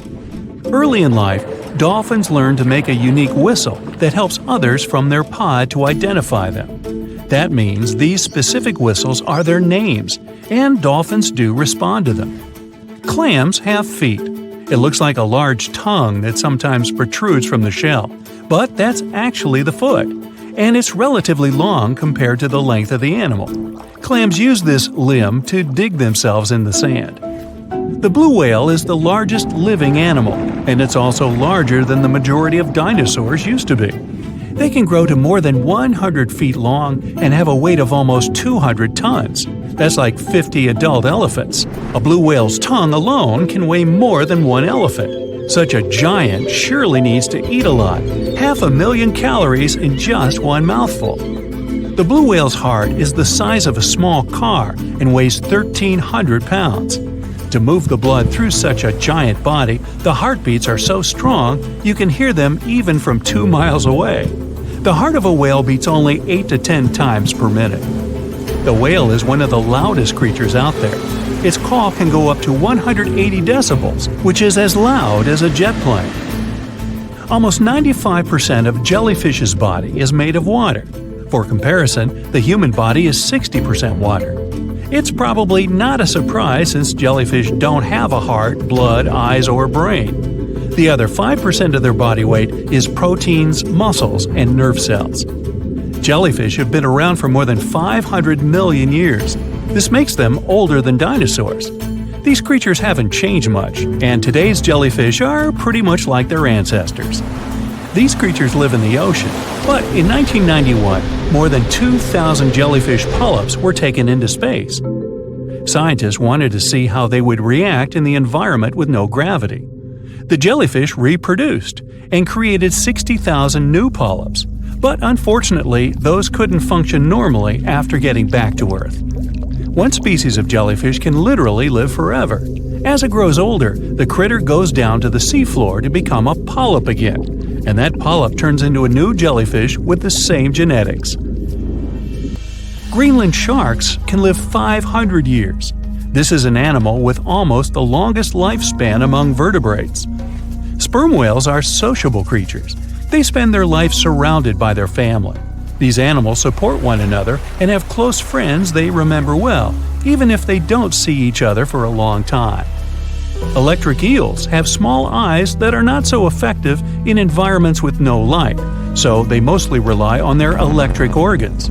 Those consist of 6,000 cells. Eels use them to stow power, similar to batteries. These creatures use electricity like bats use their radars or dolphins their sonar. An eel can also produce enough electricity to power a panel of light bulbs. There's a small tropical archer fish that can learn to recognize human faces. This fish has an interesting ability to spit small jets of water from its mouth. Researchers showed the fish the image of two different faces placed side by side. One was unknown and the other was familiar. The fish was supposed to spit water at the familiar one. The creature took the right guess more than 80% of the time. Every year in the winter, great white sharks that live along the California coastline disappear. It feels as if they take a vacation for 30 to 40 days. The animals go to a point halfway between Hawaii and Mexico. They might do it to get some food, relax, or hang out with their buddies from other areas. The spot is now called the Whale Shark Cafe. Some types of sharks, like makos, whale sharks, or white sharks, breathe in a very specific way. It requires them to swim all the time. They also need to move quickly and with their mouth open. This way, the oxygen can enter and reach their gills. Sea sponges are some of the most primitive animals. They're immobile, don't have a mouth, eyes, bones, brain, heart, lungs, or any other organ whatsoever, and still, they're alive. There's such a thing as a sea unicorn. That's an animal called the narwhal. Its horn is actually a tooth that can grow up to 10 feet long. Manatees, also known as sea cows, are distant relatives of elephants. Their weight can go up to 1,000 pounds. These creatures are vegetarian and need to eat around 10% of their total weight on a daily basis. That's lots of sea salad. In some cases, manatees share space with alligators, but they get along pretty well. You can even find a photo from Florida where an alligator rides a manatee's back. Frogfish have special fins that help these creatures walk along the sand. They're very useful in shallow waters. A ghost pipefish is hard to see, but once you spot it, you're bound to get really surprised. Its head makes up over 40% of its body. Crabs don't feel like wasting time on such formalities as putting foods in their mouth. That's why they taste it with their feet, which is where their taste buds are. Marine iguanas are the only lizards on our planet that like spending time in the ocean, even though they mainly live on land. They're herbivores that feed in shallow waters and swim like snakes. Iguanas use their long claws to hold onto the bottom when they need to graze. Green turtles can cross over 1,400 miles when migrating. They try to find the perfect spot to lay their eggs. Penguins sort of fly when they're underwater, reaching a speed of 25 miles per hour. More than 5 million years ago, I've heard, I wasn't around then, deep sea worms and humans had a common ancestor. So we still share 70% of our genes with these creatures, and with sea stars, squid, and octopuses. The ocean covers over 70% of our planet, and over 80% of it is unexplored. More than 1 million species live there. But there are not only animals, 3 million shipwrecks are lying all over the ocean floor, hiding mysterious stories. Many of them are yet to be discovered.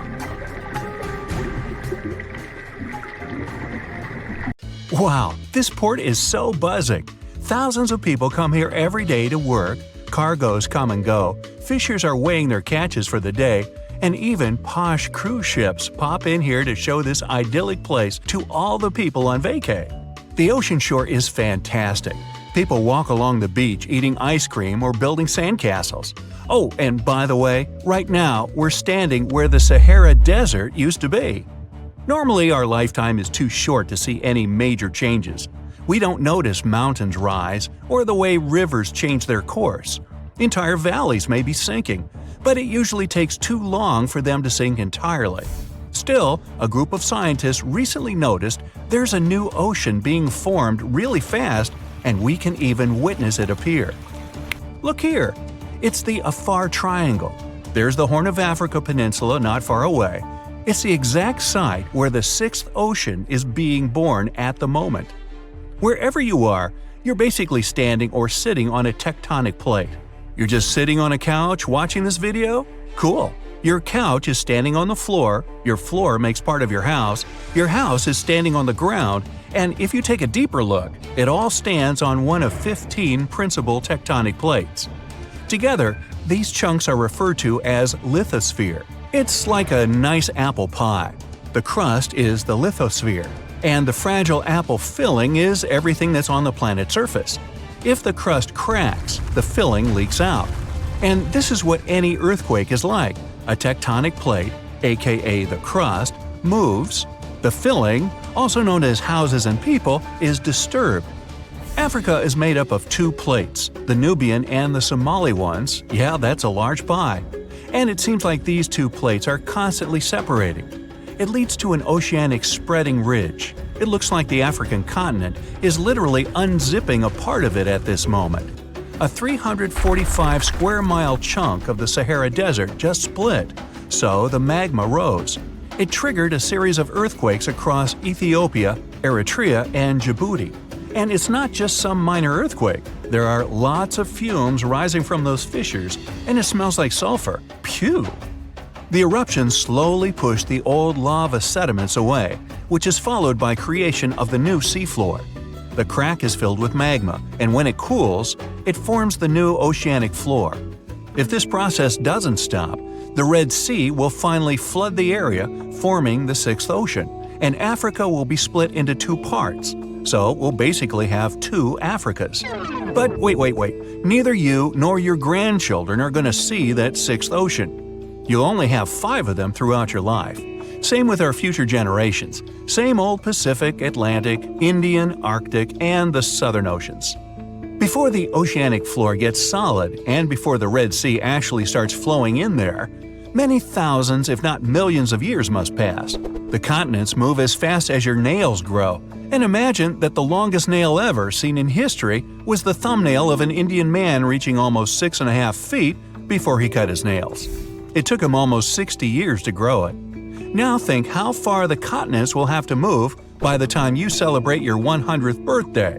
Spoiler, it's not going to be very far. But anyway, you can witness some minor changes that take place even now.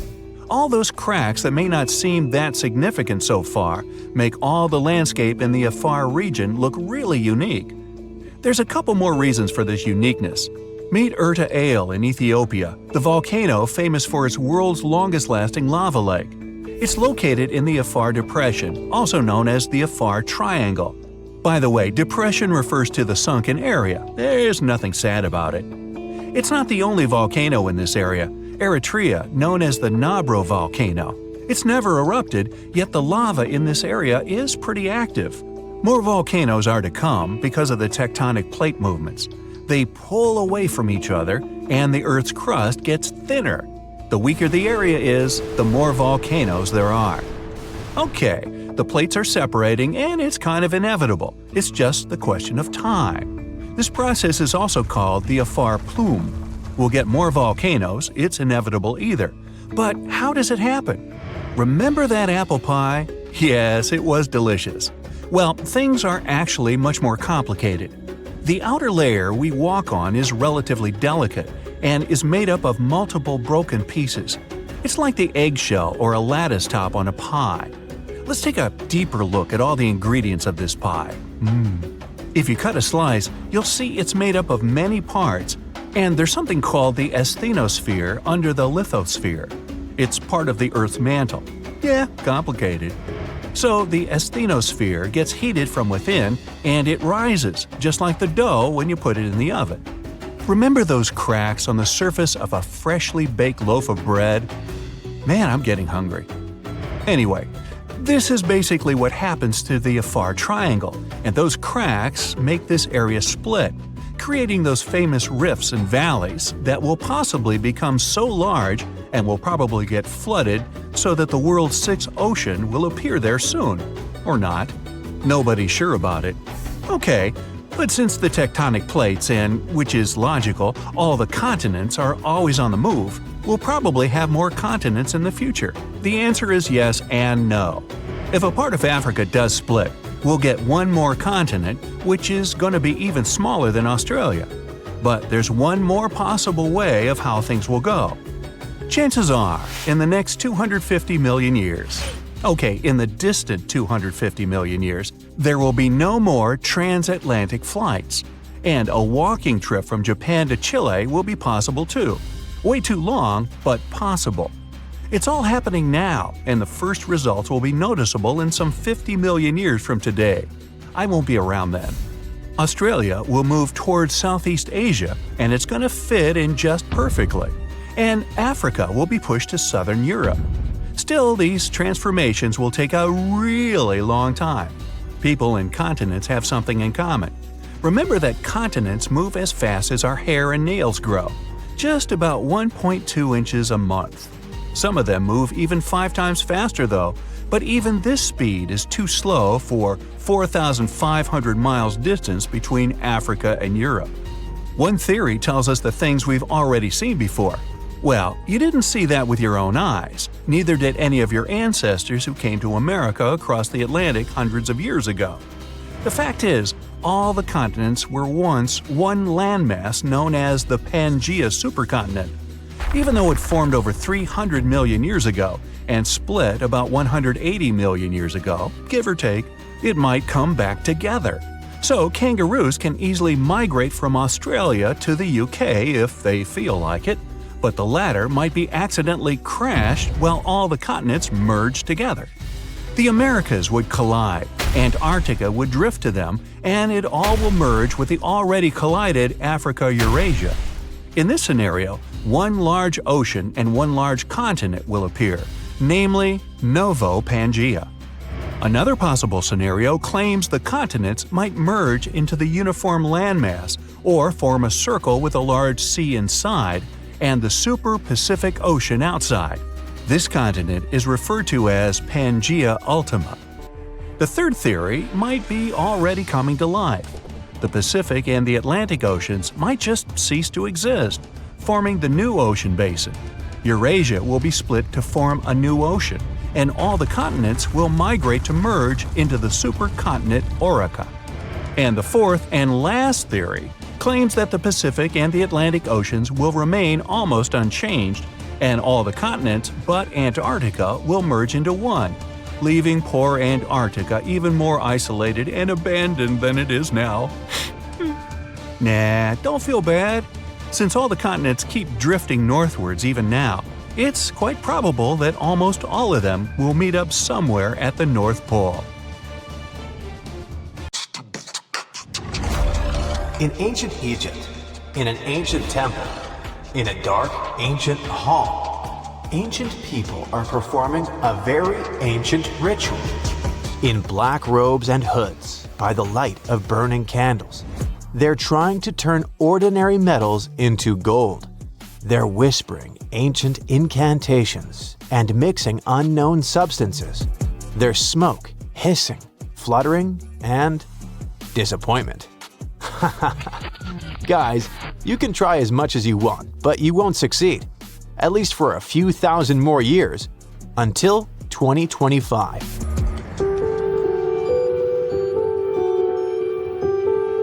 Scientists have achieved what alchemists were dreaming of for centuries. They didn't use magic or spells. Neither did they mix different substances. They used a giant tube about 17 miles long to accelerate lead molecules to speeds close to the speed of light. In a sense, the Philosopher's Stone appeared inside the Large Hadron Collider. Oh yes, in case you didn't know, the Philosopher's Stone is a mythical stone that ancient alchemists believed existed, a stone capable of turning any metal into gold. So, scientists were able to do this inside the LHC, but it's not that simple. Technically, yes, they managed to turn metal into gold, but in fact, the amount of this gold is negligible, and it quickly disappears. By the way, the LHC allows you to accelerate molecules of different substances to a speed close to the speed of light, and thus shows us how the universe was born, only on a small scale. Why do this? More on that later. For now, let's get back to that gold. Scientists believed that the precious metal could appear as a result of the collision of two lead particles, but experiments have shown that gold appeared even without full contact. There are two explanations. One is more scientific and the other is simpler. Let's start with the first one. So, there are 82 protons inside the lead nucleus, and each of them carries a charge. Because of this, the electromagnetic field of the lead core is quite strong. When two lead particles fly past each other at almost the speed of light, their electromagnetic fields are compressed into a thin pellet.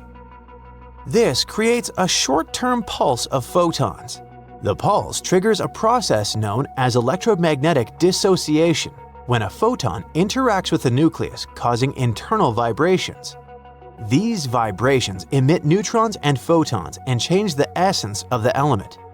When two lead atoms fly past each other, they lose 3 protons and turn into gold. This way, scientists managed to produce 89,000 gold cores per second. Unfortunately, this is too little. 29 picograms in total. This is much less than 1 gram. These gold particles are also short-lived. They are so energetic that they immediately crash into the walls of the collider. After that, they instantly decay into protons, neutrons, and other particles. Technically, there is gold, but there's too little of it, and it disappears instantly. And now, a simpler explanation. Two lead atoms are flying at each other at almost the speed of light. They're surrounded by powerful electric fields and have 82 protons each. When they fly close to each other, their electric fields become even stronger and push 3 particles out of each other. Now they have 79 protons each, which means that they have turned into gold. And these happy golden particles fly in different directions and crash into different parts of the collider. That's it, there's no more gold. Scientists used a special device to see this process. During the 3 years of the operation of the collider, scientists have been able to create 86 billion gold atoms. It's much less than a gram. Actually, it's less than a billionth of a gram. It's possible to get rich using such a transformation, given that the price of the Large Hadron Collider is several $billion. So why is it necessary? For science, obviously. Yes, it doesn't sound very useful, but the collider wasn't built to turn lead into gold. Its purpose is to explore our universe through the micro-universe. For example, the LHC helped discover the Higgs boson. You probably haven't heard anything about it, but it's one of the greatest discoveries of recent times. Let me explain. A barbell, a hair, an apple, a drop of water. All these objects have different weights. But why? What makes them have a certain mass? Scientists have suggested that the entire universe is filled with the Higgs field. It's like an invisible syrup. Some particles get stuck inside this field and become heavy, like protons. Others easily glide through this syrup, like particles of light, photons, that have no mass. Without the Higgs field, atoms would fly apart and then nothing would have any weight. Imagine how chaotic the universe would be.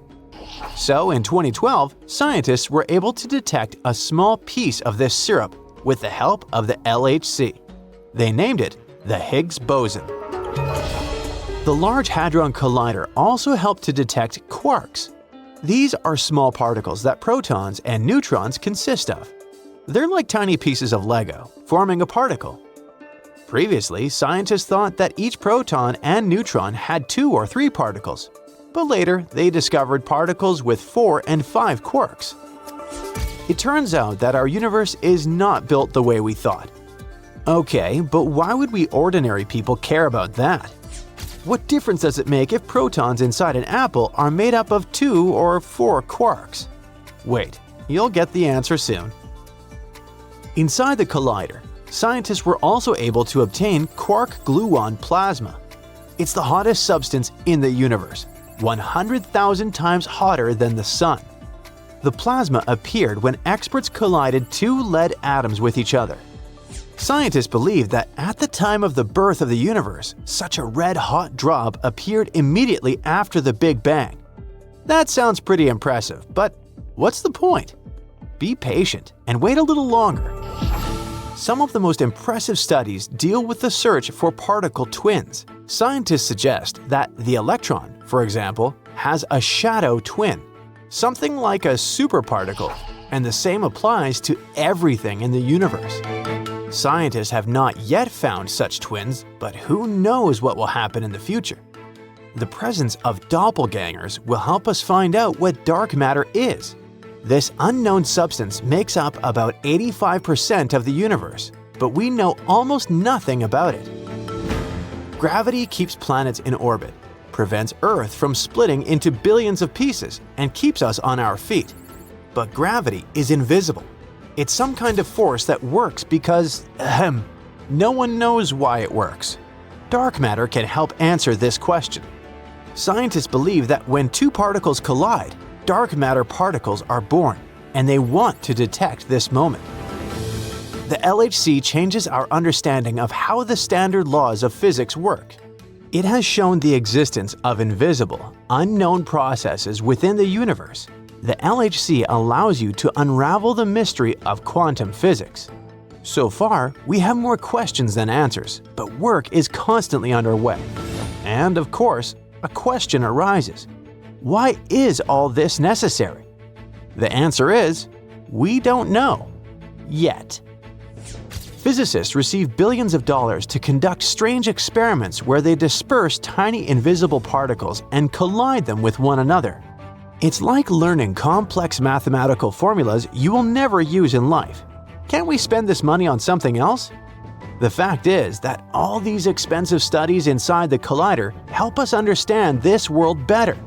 They change our perception of how the laws of physics work in our universe. Let's look into the past. Scientists like Michael Faraday and Thomas Edison also did some strange, incomprehensible things related to an invisible thing called electricity. But thanks to that research, we now have phones, laptops, music, speakers, computers, hair dryers, water heaters, and everything else that modern life seems impossible without.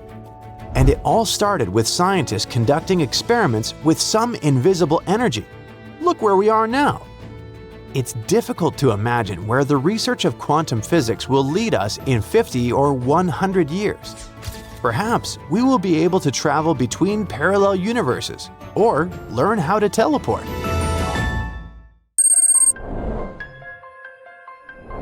Well, here you are. You're the first person to set foot on Mars.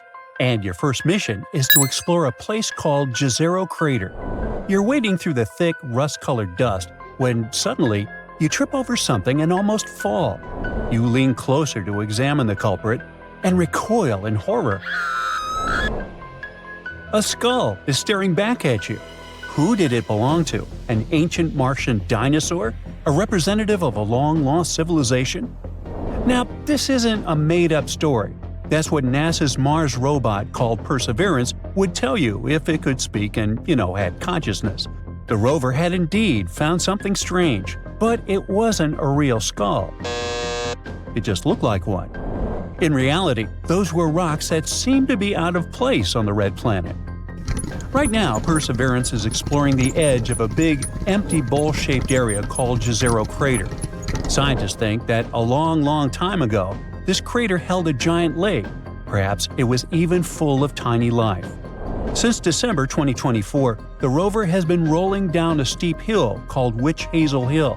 It's an important mission because this hill might hold secrets about what Mars's weather and environment were like billions of years ago.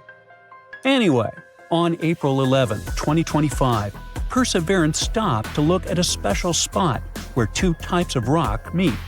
One was light-colored and the other was dark. And right at that spot, scientists saw a weird-looking rock they later named Skull Hill. It stood out dramatically because it was dark and had a sharp shape.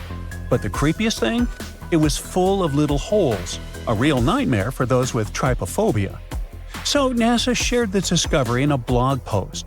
They explained that Skull Hill didn't look like the other rocks nearby. The area where Perseverance found these strange rocks is called Port Anson. Scientists think that many of the rocks there didn't originally form in that spot. They were moved from somewhere else an exceptionally long time ago. But how did they move, or what moved them? Now, don't get your hopes up. It doesn't mean we'll find space neighbors on Mars. These kinds of rocks are called floats. They are likely to have traveled a long way across Mars billions of years ago, back when the planet was much warmer and wetter, with rivers, lakes, and maybe even oceans. As the water dried up and the soft ground around the rocks slowly wore away over time, the tougher rocks stayed behind, sitting on the surface. Now scientists are trying to figure out how the strange holes on Skull Hill were made. One idea is that tiny parts of the rock broke off and wore away over time, leaving behind little pits. Another idea is that Martian winds, which carry dust and tiny rocks, might have slowly scraped the surface, kind of like sandpaper, and created the holes. Skull Hill is dark-colored, and at first, scientists thought it might be a meteorite that had come from space. But when they looked more closely at the chemicals in the rock using Perseverance's SuperCam, the results didn't match what you would expect from a typical meteorite. Nope. So, scientists now think Skull Hill might be a volcanic rock. On both Earth and Mars, dark volcanic rocks get their color from minerals like olivine, pyrozine, and biotite. If Skull Hill is volcanic, it might have come from old lava flows nearby that have broken down over time. Or maybe it was blasted out of the rock during a huge crash, something like an asteroid impact that dug deep into the ground and pulled up volcanic rock from below. What helps scientists in their research is that Perseverance now has some cool tricks that help it figure out what Martian rocks are made of. That's how we can learn where the rocks came from and how they formed. Lately, the rover has been super busy. In just a few months, it has collected samples from 5 rocks, studied 7 rocks very closely, and blasted 83 rocks with its laser to learn about them from a distance. That's the fastest pace of research since the rover landed on Mars 4 years ago. At least that's what NASA's Jet Propulsion Lab says. Usually, it can take months to find just one interesting rock in a crater. But up on the edge of the crater, aka the rim, cool and strange rocks are popping up all the time. Scientists are especially excited about getting these rock samples back to Earth to see if they'll show signs that life ever existed on Mars. But there's a problem. The plan to bring the samples back, called the Mars Sample Return Mission, is really complicated, expensive, and running into delays. So, for now, the samples are staying on Mars, waiting for their ride home. Hey, Uber! There's another rover that is currently working hard to help us get more information about our neighbor. That's Curiosity, and it might have found a clue about what happened to Mars's atmosphere from billions of years ago, thick and carbon dioxide rich. If the red planet once had warm temperatures and flowing water, what are the signs of all the carbon that should have been left behind? Now normally, a planet like that would have carbonates, minerals made when carbon dioxide reacts with water and rock buried in its soil. But on Mars, very few carbonates have ever been found, which has been a big mystery. Now, scientists might finally have an answer.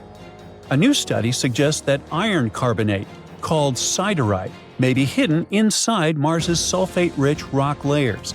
These layers weren't easy to spot in satellite images from orbit. That might be the reason why carbonates may have gone unnoticed for so long. At one point in the past, Mars's carbon cycle got out of balance. The rocks started pulling in more carbon dioxide than they were releasing. Over time, this may have caused Mars to lose too much CO2 from its atmosphere. It cooled the planet and made it dry and lifeless. The planet might have been still habitable when this happened, but once carbon dioxide started turning into siderite, Mars may have begun getting too cold to support life. The Curiosity rover found these carbon-rich rocks in Gale Crater, an area on Mars that used to be full of water. The rocks also contain a lot of salts, which usually form when water dries up. This supports the idea that Mars went through some huge changes, likely from a planet with a nice climate to the cold, dry world we see today. If scientists find more siderite in other parts of Mars, it could help explain where all that ancient carbon dioxide went. Even better, it would support the idea that Mars was once warm, wet, and maybe even habitable. But that's not the only discovery Curiosity has made. The rover has a set of special instruments called SAM. Now, SAM's job is to study the rocks, dirt, and air on Mars to learn more about the planet. And one of SAM's biggest findings happened when it studied rocks from Gale Crater. SAM found organic molecules. Organic molecules are special because they're made of carbon, and on Earth, carbon is super important for life. Plants, animals, and people are all made from carbon-based molecules. So, finding these molecules on Mars makes scientists wonder if it's another proof that Mars once had life, a long, long time ago. When SAM looked even closer, it found certain patterns in gases like carbon dioxide and methane. These patterns might match what you would expect if tiny ancient life forms were making organic molecules. But there's also another explanation. These molecules might have been made by sunlight reacting with gases in Mars's air. In this case, no life would have been involved at all. On Mars, strong ultraviolet light from the sun can break apart and mix up molecules, creating new ones that eventually land on the ground. So even though scientists don't have a clear answer yet, finding organic molecules is a really big deal. At the very least, it tells us that Mars had the right ingredients for life, even if we don't know yet if life actually existed there. Now, scientists are using SAM and Curiosity's other tools to keep searching for more clues. A beam of electric light pierces the darkness over the calm waters of the Atlantic Ocean. The Titanic is quietly making its way through the waves, its passengers asleep, when suddenly a monstrous white shape is caught in the light beam. The fateful iceberg is about to rend the side of the legendary ship.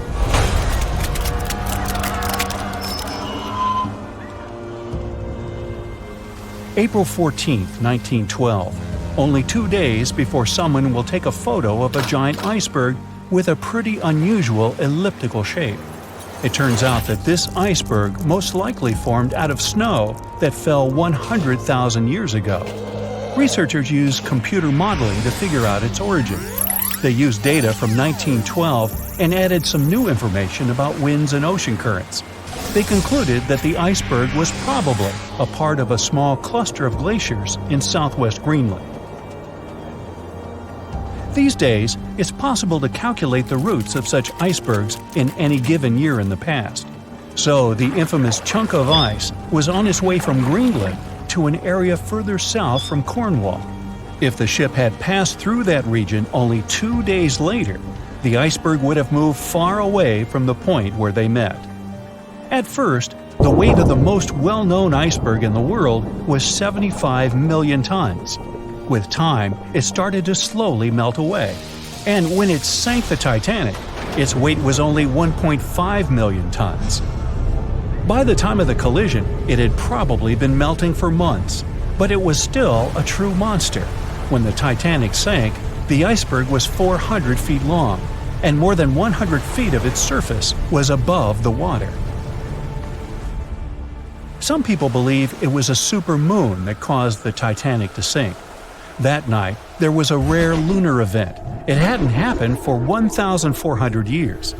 In normal conditions, the iceberg wouldn't have traveled so far south without melting and losing the largest part of its mass.